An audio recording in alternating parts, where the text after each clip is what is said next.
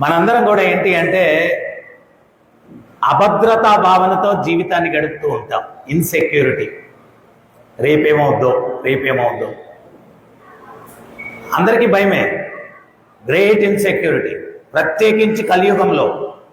ఎందువల్ల అంటే ఇంతకు ముందు యుగాల్లో వ్యక్తులు ధర్మాన్ని పాటించేవాడు. ఇప్పుడు ఎవడు స్నేహితుడో ఎవడు శత్రువో ఎవరికి తెలియదు. వాడు ఎప్పుడు వెన్నుపోటు పొడుస్తాడో. ఇప్పుడు పనోడిని జాయిన్ చేసుకున్న దగ్గర నుంచి పనోడి ఆలోచన ఎట్లుంటుందంటే ఓనర్ ఎప్పుడు అవ్వాలా, వీడు సీసీ కెమెరాలు అవి ఇవి ఎన్ని పెట్టుకున్నా కానీ ఈ ఓనర్ టెన్షన్ ఓనర్దే. ఇంతకుముందు రోజుల్లో ఆడికి పని ఇచ్చారు అంటే నాకు జీవనోపాధి ఇచ్చాడు అని చెప్పి కృతజ్ఞతతోటి జీవించేటువంటి వాడు. ఇప్పుడు అది లేదు, అన్ని అభద్రతలు. అందుకనే భాగవతం ఏం చెప్తుంది అంటే నష్టప్రాయేషు అభద్రేషు నిత్యం భాగవత సేవయా భగవతీర్ ఉత్తమ శ్లోకే భక్తిర్భవతి నైష్టికి. ప్రహ్లాదుడు చంపేస్తాము అని చెప్పి వాళ్ళు చంపడానికి ప్రయత్నిస్తున్నా కానీ అంత కాన్ఫిడెన్స్గా ఉండగలిగాడు అంటే ఆయనలో విశ్వాసం ఏంటి అంటే ఆ భగవంతుడు రక్షకుడు నాకున్నాడు, ఆ భగవంతుడు నాకు రక్షకుడు ఉన్నాడు అని కాన్ఫిడెన్స్. మరి చిన్న పిల్లవాడిలో మనం ఇంత వయసు పెరిగినా కానీ మనకు కాన్ఫిడెన్స్ లేదు భగవంతుడి మీద. మరి ఆ చిన్న పిల్లవాడిలో ఎట్లా కాన్ఫిడెన్స్ వచ్చింది అంటే తల్లి గర్భంలో ఉన్నప్పుడే ఈ భగవంతుడు ఈ శ్లోకంలో ఏం చెప్తున్నాడు, నా యొక్క జన్మ కర్మలు ఎవరైతే తెలుసుకుంటారో వాళ్ళకి మోక్షం వస్తుంది అంటున్నాడు. తల్లి గర్భంలో ఉన్నప్పుడే భగవంతుడి మానవాతీతమైనటువంటి లీలలు ప్రహ్లాదుడు వినేశాడు. బృందావనంలో కాళీయ మడుగు, దాని 100 పడగలు ఉన్నటువంటి కాళీయుడు ఉన్నాడు. ఆ 100 పడగలు ఉన్నటువంటి కాళీయుడు విషం చిమ్మితే ఆ విషం యొక్క ప్రభావం ఎట్లా ఉండింది అంటే ఆ కాళీయ మడుగు పైన పక్షులు ఎగిరెళ్ళిపోతే ఆ విషం యొక్క ఆవిర్లకి చనిపోతూ ఉన్నాయి. ఈ గోపాలులు గోవులు వెళ్ళి ఆ నీళ్లు తాగేశారు. ఏమైంది? నీళ్లు తాగేసరికి వాళ్ళు మరణించారు. ఈ వార్త కృష్ణుడికి తెలిసింది. కృష్ణుడు అక్కడికి పరుగున వచ్చాడు. ఆ మృతకళేబరాల్లాగా పడున్నటువంటి గోవులు గోపాలులని భగవంతుడు చూశాడు. అక్కడ భాగవతంలో సుఖదేవ గోస్వామి ఏం చెప్తారు అంటే అమృత చూడ్కులు, భగవంతుని యొక్క పలుకులో అమృతం ఉంది, భగవంతుని యొక్క చూపులో అమృతం ఉంది.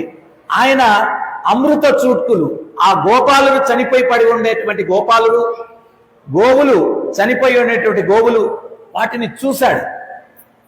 నిద్రలో నుంచి పిల్లలు ఏ రకంగా మేలుకుంటారో ఆ రకంగా గోపాలుడు గోవులు గోవత్సములు అవన్నీ లేచి కూర్చున్నాయి. ఇది ప్రహ్లాదుడు తల్లి గర్భంలోనే నారదముని ద్వారా విన్నాడు. తర్వాత అగాసురుడు అన్నటువంటి పెద్ద రాక్షసుడు ఉన్నాడు.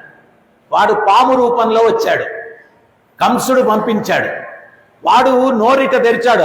అని తెరిస్తే వాడి నాలుక చాలా పొడవుందంట. 12 యోజనాల పొడవంట ఆ రాక్షసుడు. అంత పెద్ద పాము. ఇప్పుడేదో అంటారు కదా అనకొండ తమ్ముడు కొండ అని. అప్పట్లోనే వాడు పెద్ద అనకొండ, పెద్ద నాలుక.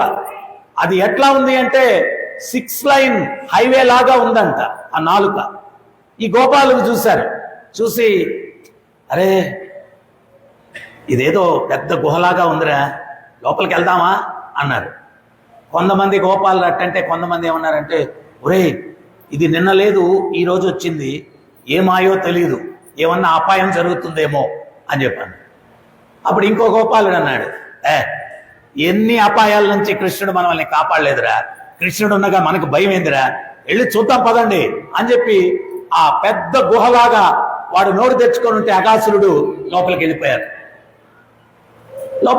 గోపాలు. ఆడేంటి అంటే ఆ అగాసురుడు రాక్షసుడు అందరూ వచ్చేదాకా ఆ టార్గెట్ గోపాలుడు కాదు, ఆ టార్గెట్ ఏంటి కృష్ణుడు. సో కృష్ణుడు లాస్ట్ లో వస్తా ఉన్నాడు. వీళ్ళందరూ వచ్చేదాకా వాడు వెయిట్ చేసి కృష్ణుడు లోపలికి రాగానే ఏం చేశాడు, మూసేశాడు నోరు. లోపల ఎట్లా ఉంది, వీళ్ళందరూ అప్పుడు అందరూ కూడా కృష్ణ కృష్ణ అన్నారు. కృష్ణుడు ఏం చేశాడు? తన యొక్క రూపాన్ని పెంచాడు. రూపాన్ని పెంచేసరికి వాడికి శ్వాస ఆడలేదు, అగాసురుడు మరణించాడు. ఇటువంటివన్నీ కూడా మానవాతీతమైనటువంటి లీలల గురించి ప్రహ్లాదుడు తల్లి గర్భంలో ఉండగానే నారదముని దగ్గర నుంచి విన్నాడు. ఆ వినడం వల్ల ఆయనలో విపరీతమైనటువంటి కాన్ఫిడెన్స్ లెవెల్ విపరీతంగా వెళ్ళిపోయాయి. అందుకని కొండల మీద నుంచి దొర్లిస్తున్న, మంటల్లో పోస్తున్న, రంపాలతో నరుకుతున్న ఏ రకమైనటువంటి భయం లేకుండా ప్రశాంతంగా ఆయన ఏం చేస్తున్నాడు అంటే భగవత్నామ సంకీర్తన చేసుకుంటూ ఉన్నాడు అనమాట. హరే కృష్ణ కృష్ణ కృష్ణ హరే హరే, హరే రామ రామ రామ హరే హరే.